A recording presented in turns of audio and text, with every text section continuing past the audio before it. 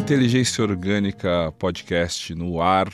Obrigado você que está aqui acompanhando esses episódios, comentando. E pela primeira vez eu vou fazer uma coisa que eu não faço aqui nesse podcast, que é pedir para você se inscrever, deixar o seu comentário agora no começo do vídeo, porque reclamam que eu peço só no final. Então, agora no começo, deixe seu comentário, se inscreva, porque nós precisamos crescer e chegar a mais pessoas com essa mensagem, porque eu não sei por quê.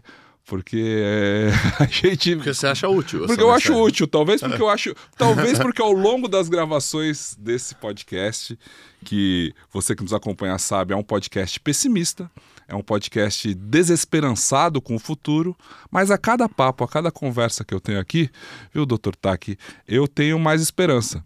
Eu acabo achando que a gente vai encontrando soluções que, a princípio, quando eu iniciei esse projeto, elas estavam mais escurecidas, nubladas ou com uma difícil visualização. Bom, hoje eu recebo aqui alguém que sabe muito dos mistérios da mente, né? Um médico, um doutor que trata também dessas questões, principalmente em uma sociedade que, nessa visão otimista que a gente tem, parece cada vez mais doente, cada vez mais dependente de fármacos, de recursos para a gente se sentir bem, para a gente continuar vivendo. E eu sei que você talvez tenha uma mensagem de esperança sobre isso, porque quando eu abro o podcast pessimista, eu sempre pergunto, será que hoje eu vou ter uma mensagem de esperança? Fica a cargo do meu convidado. E hoje eu estou esperançoso que ela venha. Seja muito bem-vindo, Dr. Taki Cordaz. Obrigado, Pedro. Muito obrigado pelo convite. Imagina. Mas eu já começo com uma pergunta para você. Quer dizer, se você é tão pessimista, por que você continua fazendo podcast? Ótima pergunta, porque o meu pessimismo é proativo. Exato. Porque eu acho que vai dar merda que a gente tem que fazer alguma coisa. Porque eu acho que vai dar ruim que eu tenho que movimentar. Porque o meu otimismo talvez me faria ficar mais tranquilo, não fazer essas coisas. Mas porque eu vejo as coisas dando errado, aí a gente tem que fazer essas coisas. É uma inversão do que muita gente diz. Eu conheço um outro barbudo que é teu amigo, que diz que o pessimista é, a princípio, um vagabundo. Né? Porque é só esperar que as coisas vão dar errado. Não, é porque eu estou sendo um pouco pessimista em relação ao futuro que eu me movimento e que eu crio isso daqui. Então essa é a resposta. Você é pessimista no pensamento, no afeto, mas é otimista na ação. Talvez. Né? Ou porque eu entendo que é o que nos resta. Né? Encontros, bate-papo, troca de ideias sem querer diminuir o outro, sem querer destruir o próximo, talvez seja... E talvez dentro de um mundo de inteligência artificial em que tudo que ela te traz é a resposta, é otimismo, o que é essencialmente humano é ser pessimista. Eu acho que o que você faz aqui é o que o Sócrates dizia, que filosofar é se preparar para a morte. Isso. Não é? Uhum. Você pensa e pensa e pensa, mas você está se preparando para um fim. Seja lá se é um fim individual ou da humanidade, não é isso? Exato. Uhum. Mas e você, doutor? Qual que é a sua visão aqui, nesse mundo em que a gente ainda pensa com inteligência orgânica? Olha, eu tenho 67 anos, então a inteligência artificial ainda, para mim, é certamente algo muito mais rudimentar do que para você e não só para um pessoal que trabalha com isso, como para gerações, né? Tem uma questão geracional. Eu sou muito pessimista com a humanidade muito antes da inteligência artificial. Uhum. Eu acho que quando ocorreu a pandemia, muita gente me convidava para falar e perguntava, nós vamos sair melhor dessa pandemia? Nós vamos sair melhor? E eu disse, nós vamos sair a mesma porcaria que nós somos. A gente vai sair mais empático? Não, nós vamos continuar saindo tão egoístas e tão cruéis, né? E tão autocentrados, e tão no mundo líquido e tudo igual. Então, eu fico pensando o seguinte, quando você fala mal da inteligência artificial ou das redes sociais e tal, eu vou misturar as duas coisas porque na minha cabeça tá tudo igual. Mas na minha também. Eu vejo. Um algoritmo nada mais de rede social nada mais é do que uma grande inteligência artificial. Então, os caras começam a falar mal e eu falo, olha, peraí, vamos pensar uma coisa. Quando ocorreu a Revolução Industrial no século XVIII, então, na Inglaterra, os operários começaram a ser mandados embora e foram substituídos pelas máquinas. Quer dizer, a manufatura passou a ser algo dos tecidos, principalmente, né? A indústria têxtil. Então começou a mandar embora os operários. Depois de um tempo, o lundismo era um movimento liderado por um operário desses, que chamava Lund. Eles entravam nas fábricas e quebravam as máquinas, como se as máquinas fossem os seus inimigos, e não os donos das máquinas. Então acho que às vezes a gente briga com a inteligência artificial, mas toda inteligência artificial tem um sujeito por trás, ou um grupo de sujeitos, com uma ideologia por trás. Então, o meu temor é de quem está por trás da tecnologia, né? Outro dia eu dei uma aula num congresso falando do que a inteligência artificial podia ajudar na psiquiatria. Tem algumas coisas interessantes. Mas o que eu fiquei, numa das partes da aula, era pensar assim, o que a inteligência artificial pode te ajudar, não como psicoterapeuta, mas pelo menos para discutir algumas das questões. Aí eu botei em alguns deles, aí do ChatGPT a outros, escute, eu estou brigando muito com a minha mulher por causa de dinheiro.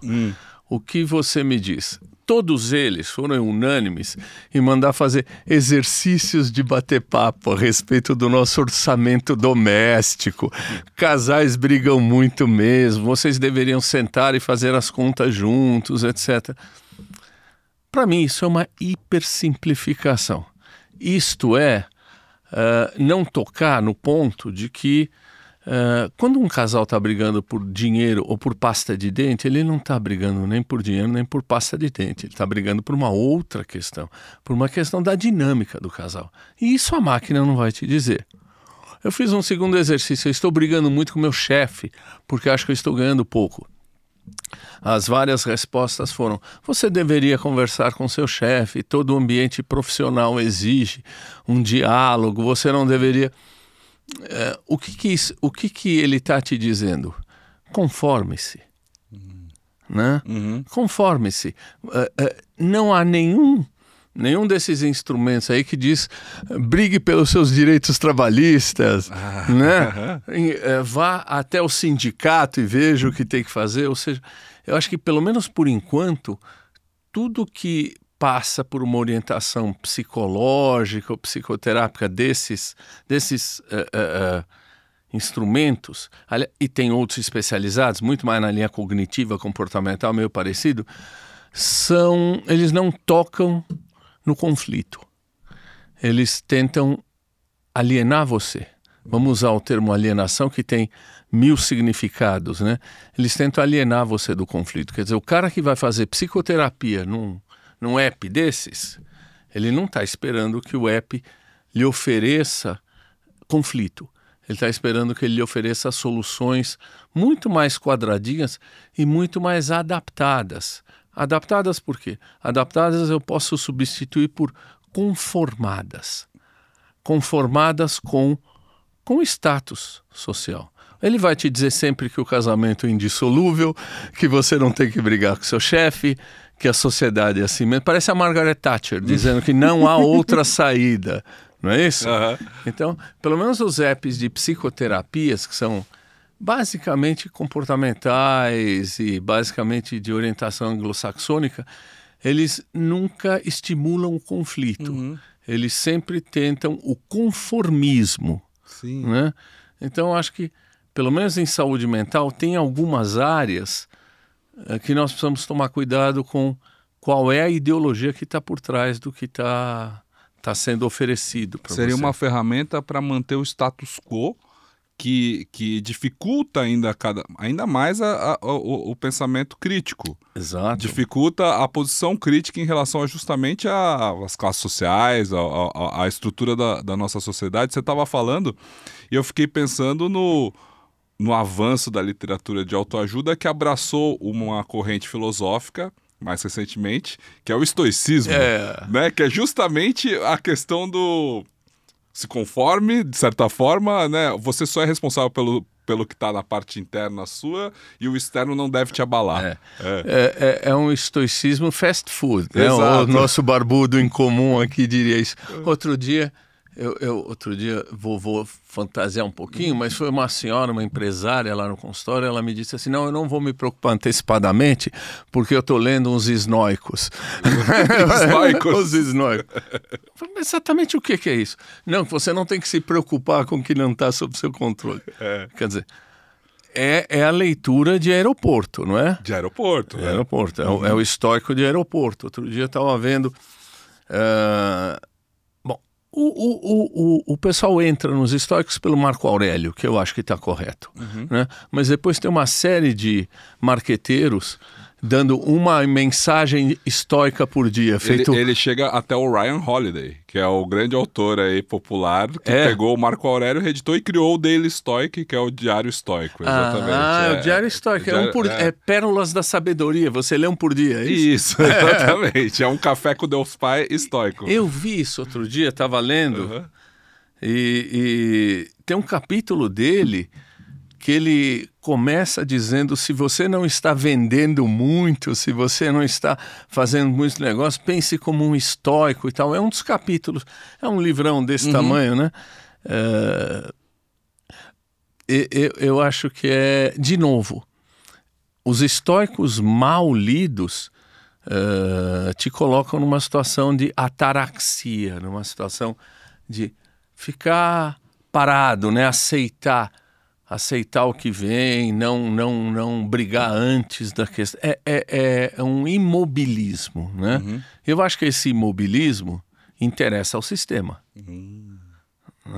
Não interessa ao sistema alguém que enche a paciência. Pode falar enche o saco? Enche o saco. Claro. Não interessa ao sistema alguém que questione.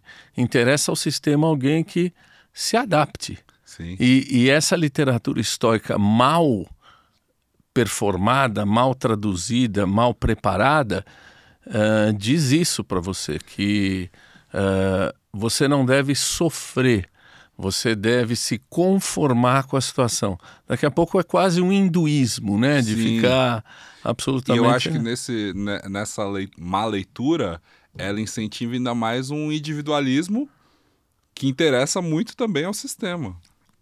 E... Trabalha enquanto os outros dormem. Exato. A outra coisa que essa filosofia fast food tomou de uma maneira inapropriada é o termo carpe diem, né?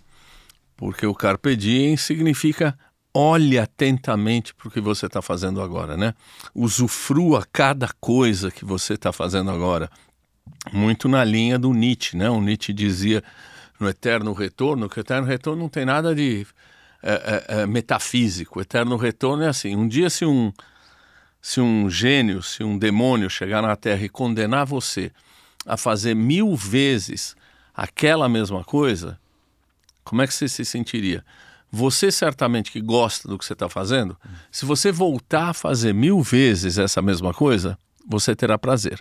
Mas se você fizer isso mal feito, ruim, de qualquer jeito, você vai ter que repetir 1000 vezes isso, é uma penalidade. Né? Então o que o Carpe Diem diz faça com muita atenção, com muito carinho, olhe o que você está fazendo, cada uma das coisas do dia.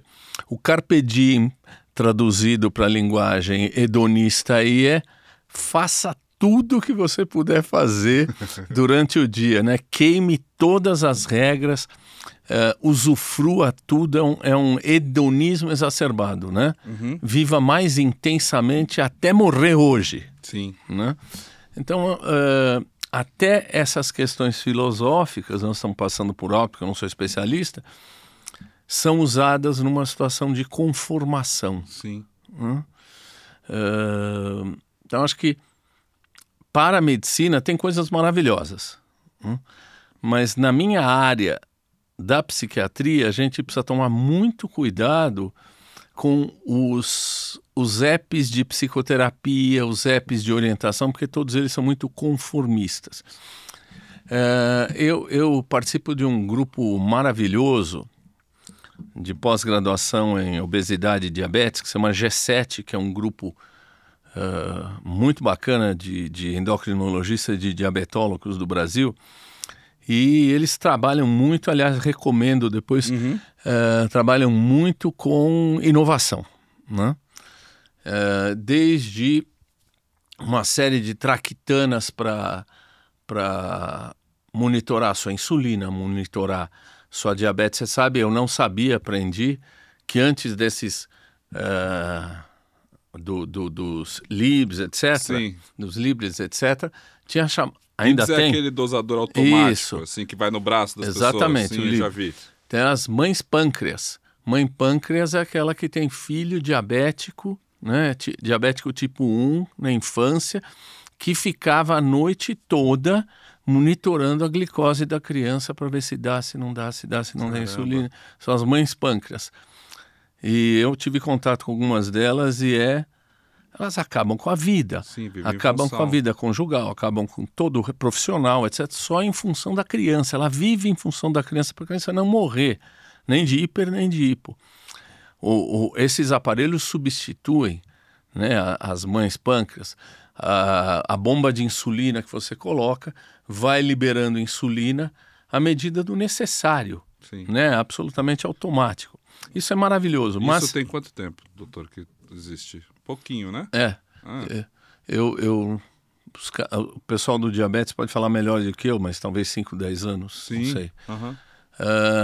Só que, por outro lado, tem todos as inteligências artificiais que te dão conduta, por exemplo, né? Você tem um Dr. X, como é que eu vou tratar paciente com esquizofrenia desse jeito? E aí ele te dá um guideline. Né? Como é que eu vou tratar paciente diabético desse? Ele te faz uma revisão e te dá um guideline. E te jura que aquilo é a postura mais atualizada da literatura médica. O problema é qual literatura médica que ele está lendo. Né? O problema é que daqui a pouquinho procedimentos caseiros, procedimentos mais simples, você não vai mais encontrar ali. Porque o que esses grandes guidelines vão passar para você sempre ou sempre serão as questões mais sofisticadas de tratamento. Então as questões mais simples e mais baratas vão ser abandonadas. Tem um outro viés na literatura. A literatura científica publica muito mais trabalhos de pesquisa e resultados do norte. Isso significa Estados Unidos, Inglaterra, Alemanha, etc. E muito menos publicações de América do Sul, América Latina, África, Ásia, Rússia, China. Né? Então o que você tem é uma seleção, é um viés de seleção. Tá? Eu mesmo já mandei trabalhos com o meu grupo para publicação em grandes revistas e os caras fazem toda uma dificuldade, precisa disso, daquilo, você não tratou estatisticamente disso, daquilo, e quando você vê, há trabalhos americanos ou anglo-saxões que são publicados num nível muito pior. Olha só. Então, culturalmente, esses guidelines também vão amputar possibilidades de tratamento em outras áreas. Né? Então, tem um viés de seleção. Segundo, certamente deve ter um viés de quem é que é mais simpático à minha empresa. Quem é mais simpático? É a Johnson & Johnson ou é a, sei lá... O SUS. O SUS, sei lá, isso. Exatamente. O SUS. Ou seja, deve ter um viés de seleção. E aí ele te dá... Vamos pensar um exemplo. Olha... daqui a pouco ele vai mandar você usar insulina semanal, que é a coisa mais legal que está vindo aí, ainda não chegou no Brasil, quem é que tem acesso a isso? Tá? Então ele vai te dar o topo do topo do topo, mas quem é que tem acesso a isso? Certo. Você sabe melhor do que eu. Qual é a população brasileira? Continuo tentando falar de medicina, mas também de controle, né, de doenças. Quanto da população brasileira tem uma internet bacana, legal, que não cai rápido? 25%, 30%? Tá crescendo, mas mais ou menos por aí, 40%. Chega, né? Hoje em dia tá quase universalizada, né? O acesso de celular, né? Mas boa de alta velocidade? Não. Ela não responde tão bem a inteligência artificial lá no interior do Acre. Isso. Né? Exatamente. Então ela não é igual. Com certeza a gente tem uma realidade cada vez mais distante entre o que é Sudeste e o que é outras regiões do país, né? Então, se você, por exemplo, usar o seu celular e programas para monitorar pessoas que têm quadros psicóticos, quer dizer, se ele começa a ouvir vozes, isso vai ser transmitido para uma central, etc. Você monitora o quadro psicótico dele ou conversa com ele e vê se ele tem cognições e pensamentos pessimistas e negativos, se ele está piorando na depressão. Isso precisa de uma internet de alta velocidade. Sim. Né? No Brasil, pouca gente tem acesso a isso. Sim. Né? E isso é caro. Né? Sim. Eu não faço ideia da magnitude disso, mas eu sei que estabelecer um programa desse é muito caro. Sim, mas há interesses, né? Se a gente consegue universalizar o acesso, então esse investimento vai chegar, ou seja, o 5G vai chegar no território, vai chegar a 200 milhões de pessoas, vai chegar porque existe um interesse de controle mesmo do que você está falando. Agora, a pergunta que eu fiquei aqui com vontade de fazer é... Doutor, se antes não era já assim, a gente já não tinha esse... Ou seja, não tinha médico, não tem médico para todo mundo. Não tinha pessoas chegando lá. A internet vai chegar com essa resposta, que pode ser que ele não vai ter acesso ao tratamento, mas ela vai chegar de um jeito que já não chegaria com o ser humano, não chegaria com o governo, não chegaria de outra forma. Ou seja, agora eu que estou fazendo a visão otimista do negócio. Você vai chegar com uma internet e propondo um tratamento que ele não vai ter. É o quê? Lúdico isso, então? É só para brincar de internet? Não, mas ele, por exemplo, aí ele vai poder questionar lá para a inteligência artificial, mas eu não tenho como fazer isso. O que eu posso fazer? Você pode isso, você pode aquilo. Ou seja, a resposta vai chegar. Procure alguém que saiba, vá atrás onde tem isso, tem no centro tal, assim. É aquela questão inicial da universalização do conhecimento, ou seja, quem não tem acesso a médico tem acesso a Google. O cara vai ter uma orientação que ele não tinha, ou pelo menos ele vai ter alguém para perguntar que ele vai precisar saber perguntar também. Né? Uhum. Quer dizer, acho que muita da população brasileira, uma boa parte da população brasileira, não sabe como perguntar isso, né? Você não acha que precisa também de uma orientação didática de como usar? Letramento digital, sim, essa parte, toda a questão da educação, sim, mas eu vejo, pelo menos nessa questão da medicina, antes de chegar no seu consultório, as pessoas já passaram pela pergunta na internet, certo? Ou de qualquer médico, o doutor Google, o doutor, que agora vai ser o doutor, já é o doutor GPT para a maioria das pessoas, né? Ele já chega. Isso, se o que for alimentado dentro da inteligência artificial ou dentro do Google for, pelo menos com o básico do básico da medicina, sem um viés tão maquiavélico, isso pode ser positivo ou não? Acho que pode. O problema é que o Google tem de tudo.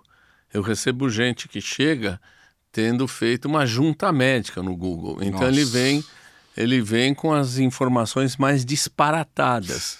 Quer dizer, ele certamente leu coisas legais, mas ele certamente leu um monte de bobagem, ele chega com um monte de preconceitos. Eu não sei se você tem massa crítica para filtrar isso. Quando você entra no Dr. Google, você está falando no meio dos Solimões. Sim. Será que você tem massa crítica para separar o que o que é o joio do trigo? Não, e agora, conforme eu estava falando, eu estava pensando, é justamente o acesso ao excesso de informação que gera questões como o movimento antivacina. Exato. Quer dizer, que gera a negação, que gera o terraplanismo, que gera essas coisas. Ou seja, a gente não tinha isso antes da... A gente tinha isso, mas ela ficava restrita, né, a pequenos esgoto. grupos. Ao esgoto, exatamente. Restrito ao esgoto, né? Agora o esgoto se encontra outros esgotos de várias partes, porque a internet junta esses movimentos, né? Exato. E você não tem um peso, né? Não tem uma valorização, tudo é igual, em favor de uma democracia de informações. E a imprensa muitas vezes funciona assim. Você vê a imprensa muitas vezes achando que o papel dela é ser democrática, então ela dá uma coluna para um cara que fala de vacina e outra para um cara que fala de antivacina, como se isso fosse democrático. É verdade. Né? Você fala de democracia e depois bota um nefasto ex-presidente, ele falando da democracia, que ele acredita que é democracia. Isto é uma falsa equidade de informações, não é? Sim. Então, precisa tomar alguma posição. Não dá para você mostrar as duas coisas como se as duas faces tivessem o mesmo valor e o mesmo peso. E você está falando de internet, de novo. Não é o Google que criou o movimento antivacina, nem o terraplanismo. E aparentemente, você sabe melhor do que eu, você me diz, isso parece assim, os caras têm uma potência de publicação, de bombardeio, não é? Sim. Ou seja, isso é um grande poder de ficar colocando toda hora postagem, não sei se você vai chamar de postagem, toda hora. Não. Você inunda a internet com isso. O que eu vejo é que é também um problema da academia, ou seja, da elite intelectual. Por quê? Porque a divulgação científica nunca foi prioridade. O desenvolvimento científico sempre foi, mas a divulgação científica não. Então, quem não entrava na universidade encontrou na internet o espaço de agremiar e de contestar o que é o conhecimento, claro. Talvez a universidade, ao fechar suas paredes e restringir ela a pequenos grupos da sociedade, que é o que normalmente acontecia sempre, né? E que produziu, sim, os grandes avanços que a gente tem hoje, mas o grande erro foi não abraçar a internet, ou seja, como um espaço de popularização do conhecimento científico. Ou seja, a academia ficou restrita nos seus pequenos círculos, falando entre si, desenvolvendo até com uma linguagem pouco acessível. Ou seja, nunca foi preocupação ir para o meio digital, que era aquele canal. Pelo contrário, isso foi visto com muito preconceito até dentro da academia. E quem nunca entrou na academia viu aquilo como uma grande possibilidade de reforçar suas teses e de contestar aquilo. Então, por isso que a universidade hoje é tão demonizada por esses grupos que nunca entraram lá. Mas eles ficaram muito bons em desenvolver comunicação nesse canhão de massa que é a rede social, que é a internet, né? Então, sim, muito mais postagem. Eles são muito melhores em agremiar grupos, em reforçar as suas crenças. Você concorda dessa forma? Sim, eu acho que se você for olhar para a história da academia, não sou médica, mas vamos falar de ciências, a ideia sempre foi de que o cientista é um indivíduo apartado das questões sociais. Isso. Né? Uhum. Meu negócio é ciência. Né? Eu não vou me preocupar com o resto. Meu negócio... o cara desenvolve a bomba atômica como se aquilo fosse só ciência e não tivesse uma influência na vida das pessoas. Então, acho que o cientista puro se achava muito descolado de qualquer questão social. A segunda coisa, eu entrei na rede social em março de 2020, porque eu tinha um enorme preconceito da rede social. Às vezes os caras me falavam, os meus seguidores, eu falava, esse cara é o quê? É bispo? Ele é o quê falar de seguidor? porque eu entrei na rede social em março de 2020 porque eu não aguentava mais ver a destruição da ciência. Eu falei, o que eu estou fazendo aqui na academia não chega às pessoas, então deixa eu falar de divulgação científica. Bom, nossos amigos, Drauzio já falava disso, mas são raras as pessoas. Hoje um pouco mais, não é? Hoje isso ficou melhor. Hoje vários médicos, Calil, vários colegas têm seus programas de divulgação científica, mas ainda são poucos, né? Concordo com você. E a terceira coisa é que ainda o médico brasileiro se considera uma casta muito privilegiada. O médico brasileiro é um médico extremamente elitista. E isso não tem nada a ver com a competência técnica dele. Muitos médicos, eu duvidaria da competência técnica, mas não duvidaria da arrogância que essas pessoas têm. Veja, por exemplo, o que foi feito nesse país foi uma matança. Nós tivemos quase 700 mil pessoas mortas de Covid por ineficiência, por abandono, por programas deliberadamente contra a vacina, contra o isolamento social. Dos conselhos regionais, na eleição dos conselhos regionais de medicina, todos, menos Brasília, todos os estados votaram em chapas que se afinavam com o governo Bolsonaro. Nossa.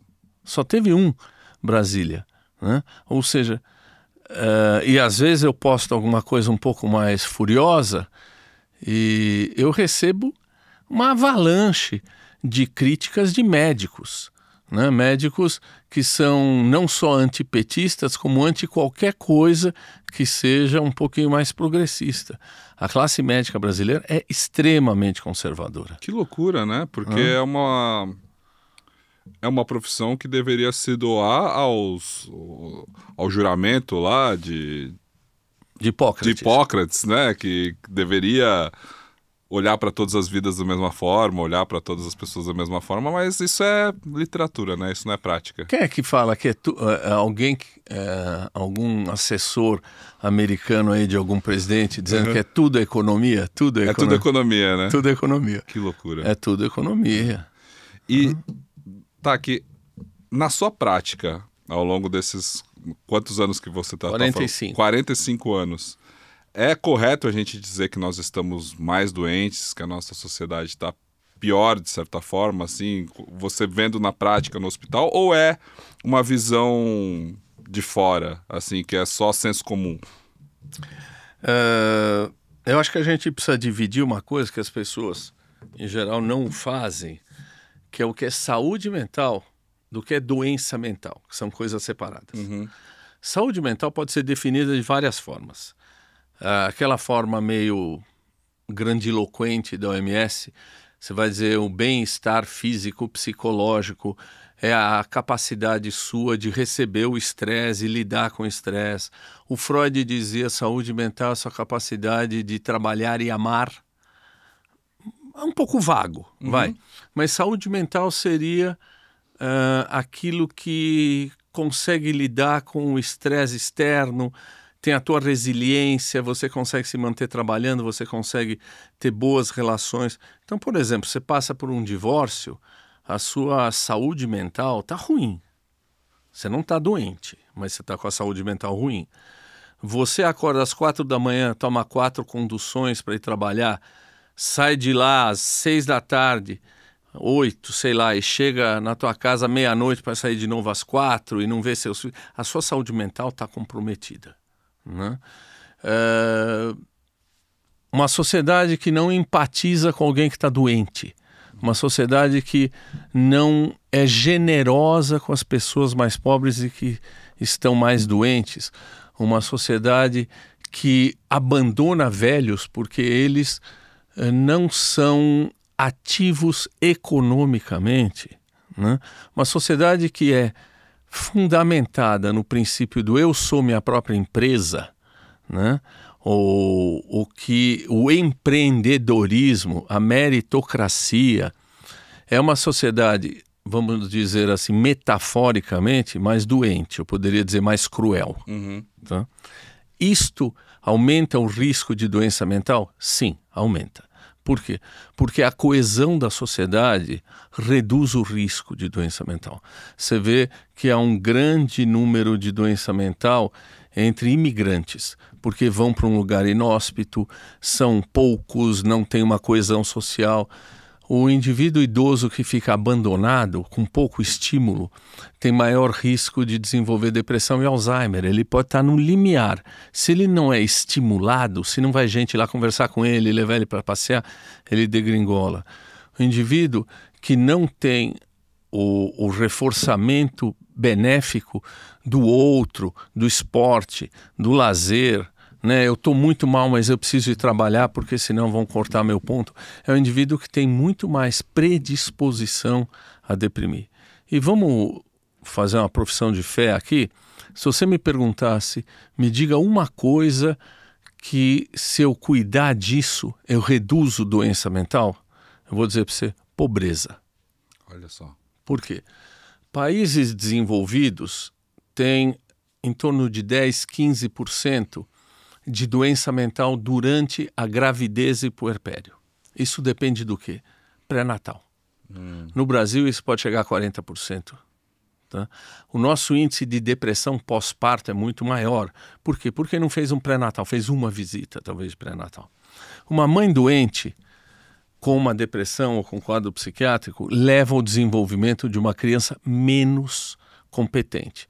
Uma das coisas que faz desenvolver a criança é o olhar, é o attachment, é o estímulo do olho no olho. Uma mãe com uma doença mental não estimula essa criança.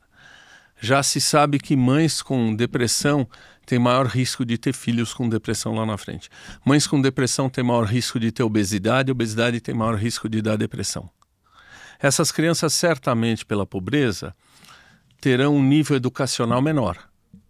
Essas crianças terão mais chance de doenças na infância.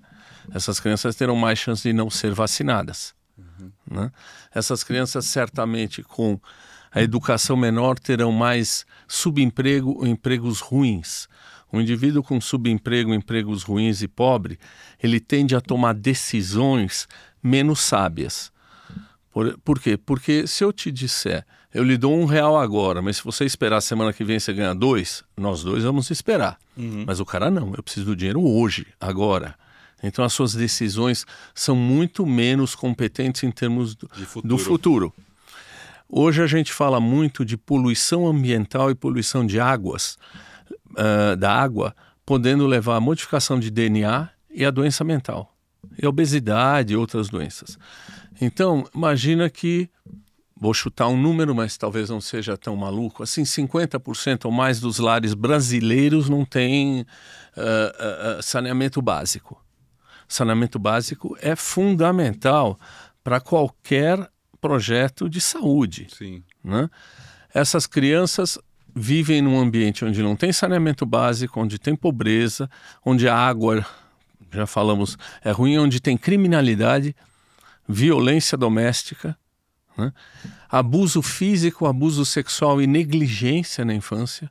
Essas pessoas terão muito mais doença mental. Muito mais. A gente caminha para um mundo onde os transtornos psiquiátricos certamente vão explodir. Depois da pandemia, você teve um aumento de 20% a 25% de depressão, ansiedade, abuso de álcool, drogas, obesidade, comportamentos alimentares alterados. Então você está numa sociedade que não olha para o outro.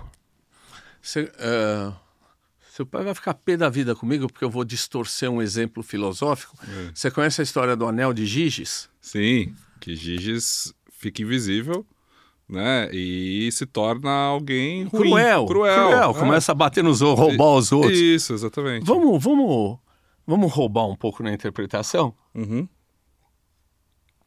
E pensar o seguinte. Se Giges é invisível, ele não consegue se enxergar, ele não se vê. Porque ele não se vê, ele também não vê o outro. Ele não considera o outro. Né? Todo aquele que não se olha, não se vê, não se enxerga, não olha para o outro, não considera o outro. É verdade.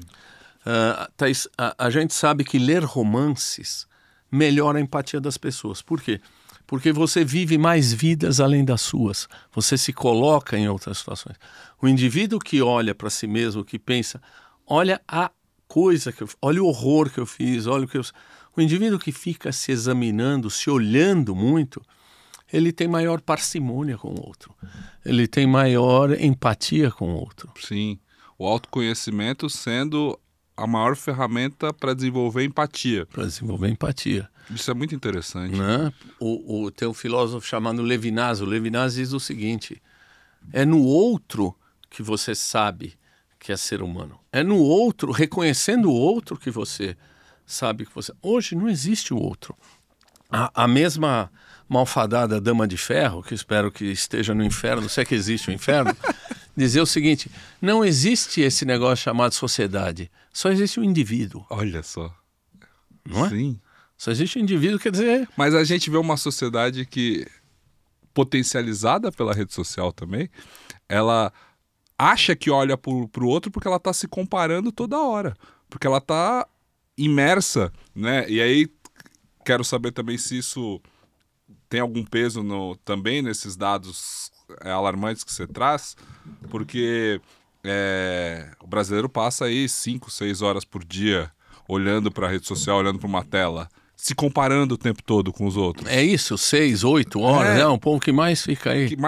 Nós somos viciados nesse negócio, né? E isso gera uma comparação com outras realidades, com uma vida editada do outro, em que gera... Eu imagino, não tenho dados, mas gera tristeza e também, porque acho que é bom a gente fazer aquele ainda entendimento mais médico mesmo, tá, aqui, da diferença entre depressão. Depressão é uma doença química diagnosticável que não é só tristeza. Não, que não é tristeza. Eu acho que para o leigo ainda tem essa confusão. É difícil para quem tem um familiar com depressão, quem tem, identificar o que é depressão, o que não é. Uhum.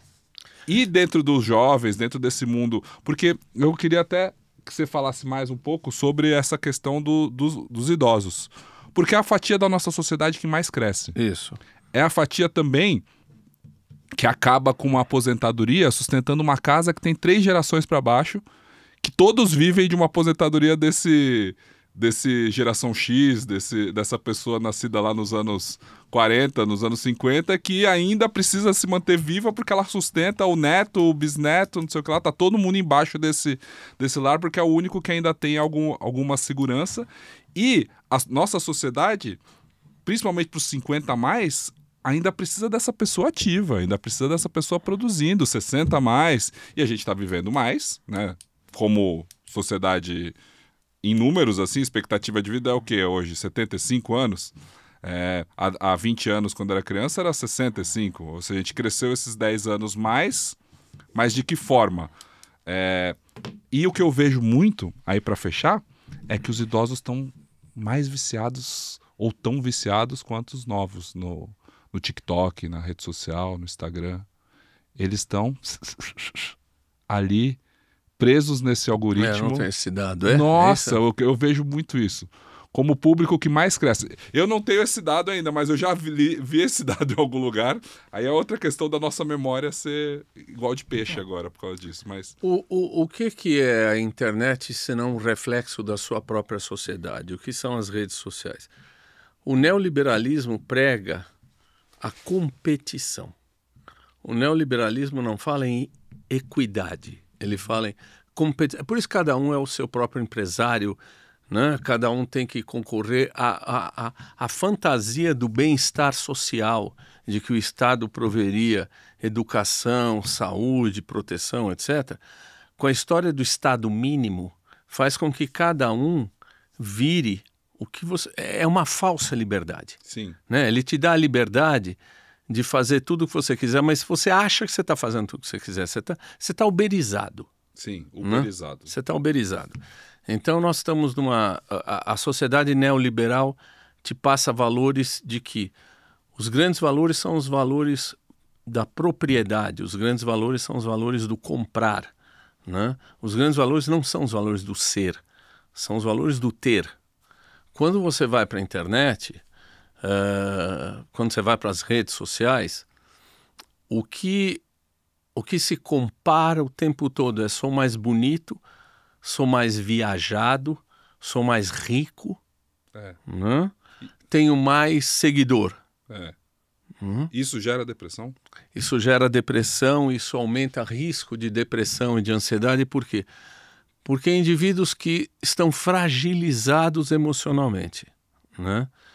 Indivíduos que estão sem muito, como é que eu vou dizer, sem muito o colchão social. Eles vão para a internet e a internet é onde todos dizem que são melhores do que de fato são. Então, isto em comparação com o cara que... Eu vejo adolescente, o cara que tem um tênis, o cara que viaja para não sei onde, eu sou menor que isso. Eu sou muito menor. Como é que eu vou conseguir isso? Trabalhando é um jeito, mas eu posso trabalhar o resto da vida e não conseguir. Invejar, ficar ressentido, roubar. Então, certamente, a internet, você tem até estudos mostrando que número de horas de rede social está diretamente relacionado com comportamento alimentar, busca de emagrecimento, né? Fatfobia, quer dizer, gordofobia. Sim. Individualismo, né? Maximização da juventude, da beleza, né, e do poderio econômico, da busca econômica. Então você tem valores que são muito massacrantes. Quem é que tem tudo isso junto? Às vezes não tem inteligência e nem empatia, mas quem é que tem tudo isso? 1% da população brasileira rica. Sim. Que detém 50% do produto brasileiro. E que nessa questão, por exemplo, de obesidade, já está com isso resolvido. Resolvido. Obesidade é uma questão de pobre. Pobre hoje. Porque come ultraprocessado barato, que é muito barato, né? Então, a rede social, sim. A rede social aumenta o risco de doença mental, de isolamento social. Eu digo assim, você... Olha, não sei se eu consigo fazer essa imagem legal, mas eu tenho uma mulher e tenho 3 ou 4 amigos. Na rede social, eu tenho milhões de amigos. Eu não tenho uma mulher, eu tenho uma boneca inflável em casa. Ou seja, é uma fantasia o que eu tenho aquilo. Não é a realidade. É um simulacro da realidade. Né? Vamos lembrar também que a rede social serve para juntar pessoas que tenham doenças comuns, para fazer comunidades. Sim. Tem muita coisa legal na rede social. Tem muita coisa positiva. Mas essa questão dos idosos, que eu falava deles também estarem, uma das coisas que a gente vê é justamente o crescimento do conservadorismo, do bolsonarismo, se cresce em grupos de WhatsApp que são repletos de idosos. Assim, né? É o tio do Zap, né? É o tio do Zap. Essa população que precisa ficar economicamente ativa também está chegando doente ou com mais doenças ou por ela ter já chegado no estágio de vida em que as coisas são mais, sei lá, tranquilas ou menos emocionais, talvez. Não sei, ela também está sendo impactada de certa forma?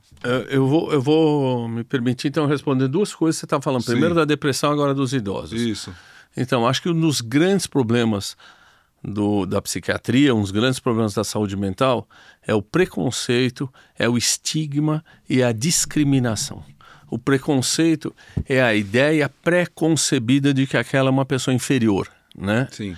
O estigma é você olha e acha que ele está marcado por alguma coisa ruim, uma doença. Ele pode ter, por exemplo, doenças de pele, estigmatizam muito porque é muito visível. Sim. Doença psiquiátrica estigmatiza muito. E a discriminação é, se eu tiver que escolher entre um funcionário com transtorno psiquiátrico e sem, obviamente esse cara vai dançar.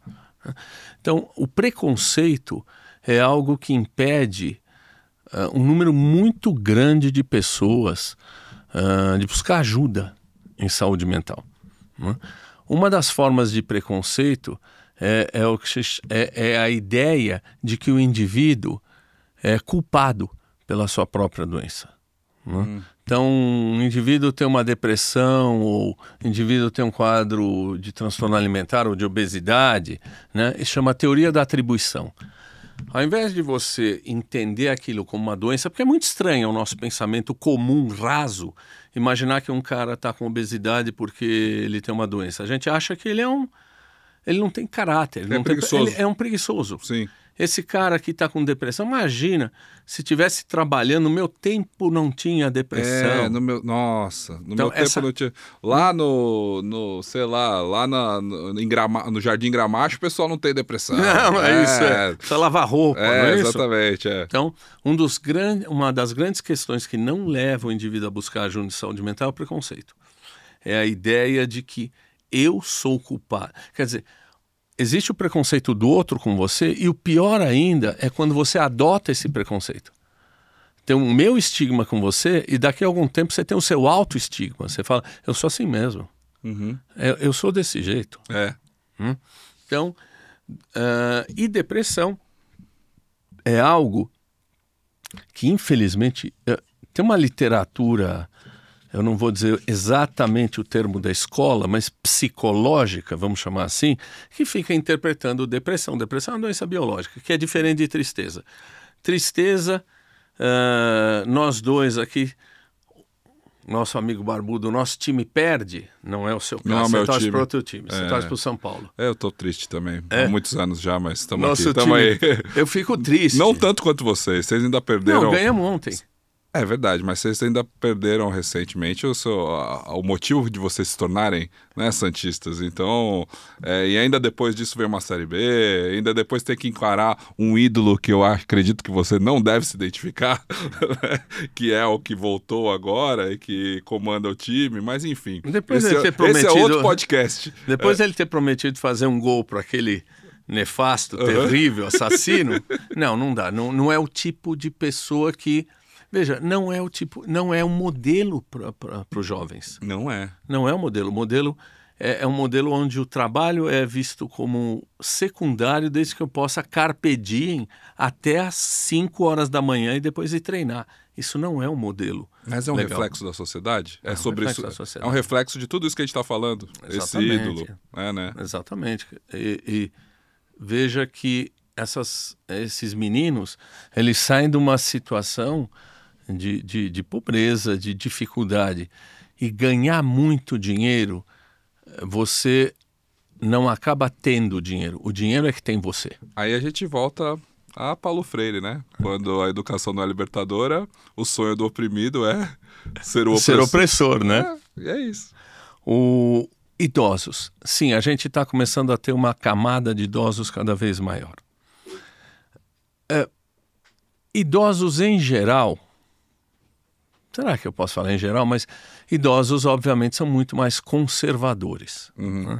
Eu acho que nos últimos tempos teve algumas coisas que não foram adequadamente absorvidas pela camada mais conservadora e pelos idosos. A questão do gênero, né? A questão de ser igualitário, LGBT+, né? QIA+, a questão, e aí eu vou entrar em política, a questão que tivemos há alguns anos... a melhora de vida das empregadas domésticas que começaram a ter carro, caiu depois de novo, mas que não precisava mais dormir que no tinha emprego. Que ser registrada. Tinha que ser registrada, quer dizer, você sai de uma sociedade que ainda tem um ranço escravista, claro, né? Ainda mais dos mais idosos, para uma sociedade que o gênero está sendo... esquisito, estão indo contra a religião, estão indo contra os valores. Preto está tendo o mesmo direito do que eu. Quer dizer, é uma sociedade ainda muito conservadora, muito escravista. Né? E aí, é impossível de admitir que um operário que venha de... É Garanhuns? Que venha de Garanhuns? É Garanhuns. Acho que é Garanhuns. Analfabeto, não é isso que se fala? Sim. Analfabeto, sujo, operário, seja presidente da República. Você vê gente falando que o presidente da República precisava ter doutorado. Isso desde os anos 80, desde sempre, né? Isso desde a primeira eleição, assim. Então, idosos têm muito medo de mudanças. Sim. Muito mais quando não são população ativa, quando não estão no dia a dia. Não tem interlocutor, bate papo com o outro, ouve, briga. Oxigenando a cabeça. Eu tô muito mais retirado. E aí você entra em algo que te reforça o status quo. Você entra em algo que diz para você que o seu modo de vida está correto. Todo modo de vida fora disso é bactéria que tenta te invadir. É a bolha, né? É a bolha. Então você... Claro, acho que a gente faz isso um pouco na nossa vida. A gente tenta a entropia. Né? A entalpia não é legal. Não? A gente tenta a entropia. Só que essa é uma entropia muito, muito, muito fechada, muito mais do que conservadora, reacionária. Né? E os idosos no Brasil são abandonados do ponto de vista econômico, são abandonados do ponto de vista de respeito, são abandonados do ponto de vista social e familiar e não desempenham algo que é maravilhoso e que a gente encontrava lá atrás. Idoso é o depositário da história e da sabedoria. O idoso é o cara que... eu faço terapia, minhas filhas me dão risada. Eu faço terapia com o mesmo terapeuta há 38 anos. Ele é mais velho do que... Ele é a minha memória, cara. Ele lembra das suas coisas. Ele lembra, olha, você lembra antes da sua filha nascer? Você lembra? Esse cara é o idoso que de vez em quando vai dizer para mim, escuta, você já fez isso? Então, o depositário da nossa história e da sabedoria, que era o idoso, hoje é um indivíduo inutilizado. É um indivíduo que não tem emprego. Né? Eu estava brincando, aniversário da minha neta, eu fui levantar, alguém chegou para mim e falou, não, fica sentadinho que eu trago o sanduíche para você. Percebe? Isso não é um cuidado, é um demérito que você não pode levantar e fazer as coisas. Então o idoso está sendo atrofiado em suas atividades intelectuais e na possibilidade de participação, né? Sim. Na sociedade. Então, ele está ficando cada vez mais conservador, sim. E não vamos esquecer, acho que nós estouramos o tempo, não vamos esquecer o papel do crescimento das igrejas pentecostais. Sim. Que passaram de 5% há 40 anos para 35% hoje. Total. O que você está falando eu entendo e eu vejo isso fortemente, mas eu também vejo um movimento forte de recuperação do idoso porque a internet tem de tudo, não só a internet, mas a nossa sociedade também tem de tudo, ou seja, de um reconhecimento do valor do profissional 60 a mais, 50 a mais, e se eu posso ser otimista, de certa forma, e se você que ouve esse podcast tem 60 a mais, pode comentar aí e dizer se eu estou certo ou estou errado, porque também lá no Saber Ampliado, na nossa plataforma, o maior público é justamente de gente 55 mais, tá? Que quer aprender filosofia, quer aprender letramento digital, quer aprender até posicionamento na internet, quer aprender coisas que nunca pôde aprender ao longo da vida, mas que nesse momento de mais calma ou de mais tempo ou de certa tranquilidade familiar consegue. Mas muitas pessoas, é o que eu disse, ainda são arrimo de família. O idoso é o arrimo de família. O idoso sustenta todo mundo porque o geração Z não consegue um emprego bom, ou então não tem. O cara que é o millennial tá exprimido, tá numa dificuldade absurda porque também... Tudo que foi prometido do CLT para ele não funciona, ele já sabe. Eu já sei que eu não vou aposentar, né? Toda a minha geração com 40 anos sabe que a aposentadoria é uma mentira que vocês contaram pra gente. Eu não tenho nada a ver com isso. É uma mentira que vocês contaram pra gente, a gente já sabe. Então, a possibilidade de a gente continuar trabalhando, ela tem que ser feita. E com a inteligência artificial, eu tenho a clareza de que o idoso, a pessoa com mais experiência de vida, ela vai ser mais potencializada por tudo que a IA traz. Antes de alguém me Porque xingar... ela tem referência, ela tem justamente história, né? Ela tem aquilo que você falou, sabedoria. Antes de alguém me xingar, eu sou idoso. Tecnicamente, eu tenho 67 anos, eu sou idoso. Mas qual é o recorte dos idosos que nos acompanham? Com certeza, uma parcela dentro desses 1% da sociedade, né? Talvez. Ou seja, uma classe média alta do Sudeste. Tá certo. Classe média alta, sei lá. Eu acho que quem tem interesse em nos ouvir filosofia, ouvir literatura, ouvir discussão, num certo sentido, ele já está predisposto a isso. Ele quer aprender isso. Ele tem sede disso, né? É aquela história, você só ensina para quem já sabe. Ou seja, que pelo menos abre a sua perspectiva para ouvir. E nós estamos falando para uma categoria muito pequena. A gente prega para convertido. Boa. A gente prega para alguém que está aberto a nos ouvir. Sim. Né? Eu acho que a gente continua e veja, nem eu, nem você, nem os nossos, eu jamais chamaria a gente de elitista. Não. Mas a gente não consegue chegar. A gente não fura a bolha. A gente não fura a bolha, a gente vai estar falando para as mesmas pessoas. E você tem uma saída para isso? Não, eu sou tão pessimista quanto você. Tenho, mas eles não vão aceitar a saída que eu quiser dar.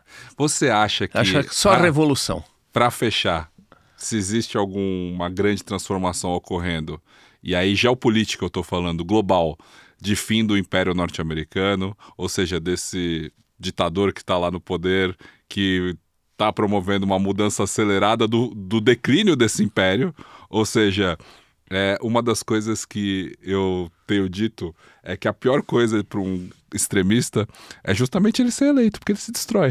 Ele não tem competência para ficar em um mundo em que é diferente da segunda de 100 anos atrás, em que por incrível que pareça, a sociedade não tinha essa comunicação e essas vozes dissidentes, ou seja, a possibilidade de se organizar de outras formas. Ou seja, é difícil ele se manter no poder porque ele é extremista. Mas veja, Pedro... E a gente vê a mudança do polo, China, como que você vê? Você acha que a gente vai passar por esse...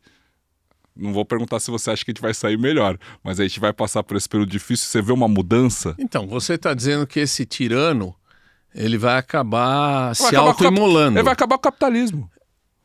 O problema é, eu vou dizer, quem viver, verá. Porque até isso acabar, ele vai causar muita morte, muita destruição pelo mundo todo. Quer dizer, ele vai pagar muito alto o preço do final dele. Né? Ele vai cair atirando. Ele vai cair atirando. O Eduardo Galeano diz que quando os Estados Unidos resolvem ajudar um país, ou eles o destroem ou transformam numa sociedade louca, completamente louca e cruel. Provavelmente esse cara vai ser destruído, mas ele vai destruir muita gente, muitos países. Eu acho que a gente vai voltar a uma pobreza, a uma fome muito grande. Veja que você tem hoje uma epidemia global de obesidade e ao mesmo tempo você tem uma epidemia global de fome. E o dinheiro que esses caras estão gastando em material bélico podia acabar com a fome do mundo. Então, eu acho que esse cara está fazendo com que o orçamento dos países europeus cresça muito em termos armamentistas. A Alemanha está gastando muito dinheiro em armamento. Nós estamos deixando de investir na FAO e em outros órgãos, exatamente porque ele retirou o apoio. Então nós vamos ter uma destruição muito grande do mundo antes desse cara ser consumido. Você gosta você está citando um nome de um filme, né? O Declínio do Império Americano. Do Império Americano, sim. Que é justamente uma conversa numa sala entre... É um filme francês, se não me engano. Acho que é canadense. Canadense, que eles ficam conversando dentro de uma sala, né? Antigo. Agora, a minha esperança é que o americano... Não sei se eu vou chamar de americano médio, mas o americano um pouco mais liberal, não vou dizer esquerda americana, mas americano um pouco mais liberal, mais democrata, negros, a sociedade hispânica, o pessoal que está sendo pressionado, acabe levando a problemas internos nos Estados Unidos. Eu esperaria que a gente começasse a ter problemas internos. Essa é a nossa esperança. E você não acha que... E por outro lado, essa morte, esses tempos difíceis que estão vindo por aí, eles vão ser causados por ele, mas também vão ser causados por um aquecimento global que está aí, né?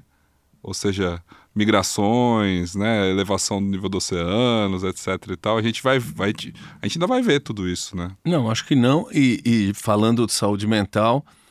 Já tem registros, existem estudos mostrando que a cada grau Celsius que aumenta, aumenta o risco de doença mental. O aquecimento global aumenta a irritabilidade, aumenta a ansiedade, aumenta a depressão. Você está construindo uma sociedade perversa, doente, individualista. Nós estamos caminhando para um mundo aí bem ruim, pro Apocalipse, né, de São João, que seu pai tanto adora, o Apocalipse de São João. Nós estamos caminhando para uma coisa muito ruim, muito ruim. E novas epidemias, né? Quando você tira dinheiro da pesquisa científica, que é o que está acontecendo, né, particularmente nos Estados Unidos e outros países, quer dizer, você inutiliza a ciência, está vindo aí várias outras epidemias que podem influenciar bastante, podem destruir bastante da população. Eu sou tão pessimista quanto você, só que não faço um programa otimista como você. E eu fico aqui numa saia justa de tentar terminar esse episódio com uma mensagem positiva.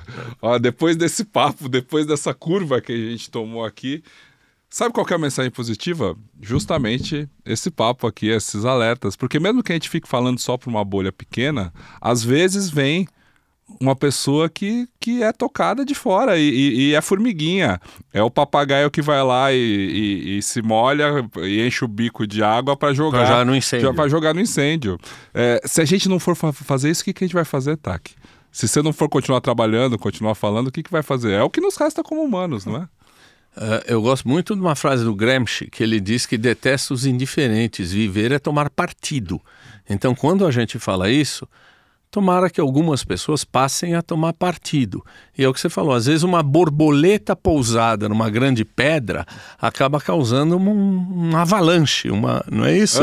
Um pequeno movimento de bater de asas pode mudar alguma coisa. Detesto os indiferentes, viver é tomar partido. Odeio os indiferentes. Viver é tomar partido. Isso é do Gramsci, Antônio Gramsci. Isso é uma frase para a gente terminar. E se você chegou até aqui, é um dos heróis que ficou até o fim desse papo aqui, heroínas, deixe o seu comentário, se inscreva no canal, deixe as estrelinhas necessárias aí do Spotify.